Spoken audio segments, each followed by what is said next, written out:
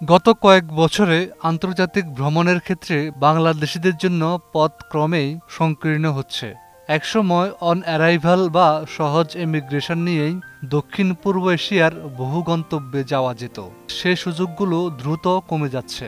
চলতি বছরের জানুয়ারিতে ভিয়েতনাম উদাহরণস্বরূপ বাংলাদেশিদের জন্য ভিসা ইস্যু বন্ধ করে দেয়। একই সঙ্গে ইন্দোনেশিয়া, সিঙ্গাপুর, থাইল্যান্ড ও মালয়েশিয়া সহ অন্য কয়েকটি দেশও ভিসা অনুকূলে নতুন শর্ত আর প্রক্রিয়া জুড়ে দিয়েছে। এর ফলে বহু আবেদন প্রত্যাখ্যাত হচ্ছে। এমনকি যারা পূর্বে বারবার সেই দেশ ভ্রমণ করেছেন তাদেরও আবেদন নাকচ হচ্ছে। পর্যটন ও অভিবাসন খাতের সংশ্লিষ্ট সূত্রগুলো এই তথ্য জানায়। এই প্রেক্ষাপটে ইউরোপীয় ইউনিয়ন সম্প্রতি 7টি দেশকে নিরাপদ হিসেবে ঘোষণা করে। তাদের মধ্যে বাংলাদেশও রয়েছে। ইতালির দিক থেকে এমন দাবি করা হয়েছে যে তারা আর বাংলাদেশের নাগরিকদের রাজনৈতিক আশ্রয় দিতে স্বাচ্ছন্দ্য বোধ করে না।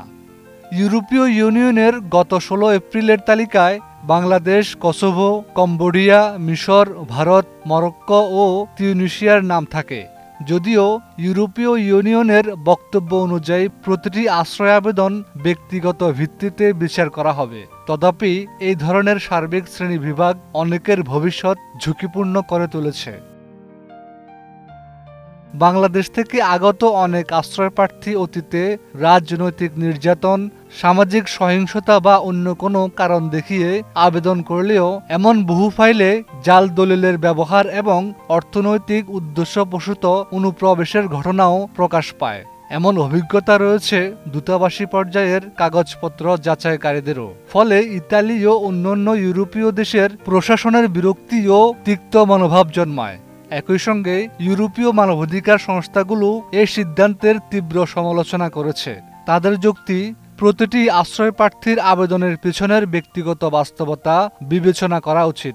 দেশভিত্তিক লেবেলিং করে আবেদন স্বয়ংক্রিয়ভাবে বাতিল করা মানবাধিকার বিরুদ্ধ। এই নীতির প্রভাব দ্বিমুখী। একদিকে যারা সত্যি নির্যাতিত তাদের জন্য দ্রুত ও ন্যায্য বিচার সুবিধা বাড়াতে পারে। অন্যদিকে যারা বিদেশে জমাকৃত অর্থ বা ব্যবসা প্রতিষ্ঠানের আড়ালে আশ্রয় নিয়েছে তাদের ফেরত পাঠানোর ঝুঁকি বেড়ে যেতে পারে এবং বিদেশে থাকা বহু ব্যক্তির সম্পদ নিরাপত্তা প্রশ্নবিদ্ধ হবে। এছাড়া দালালসহ বিপজ্জনক রুটের বৈধতা ছাড়াই ইউরোপে প্রবেশের চেষ্টা করা হ্রাস পেতে পারে। এটি একটি ইতিবাচক ফল হিসাবেও ধরা যেতে পারে। পরবর্তী সময়ে বাংলাদেশের নাগরিকদের ভিসা অনুমোদন ও রাজনৈতিক আশ্রয় প্রক্রিয়া কিভাবে পরিবর্তিত হবে এ বিষয়ে সময়ই বলে দেবে।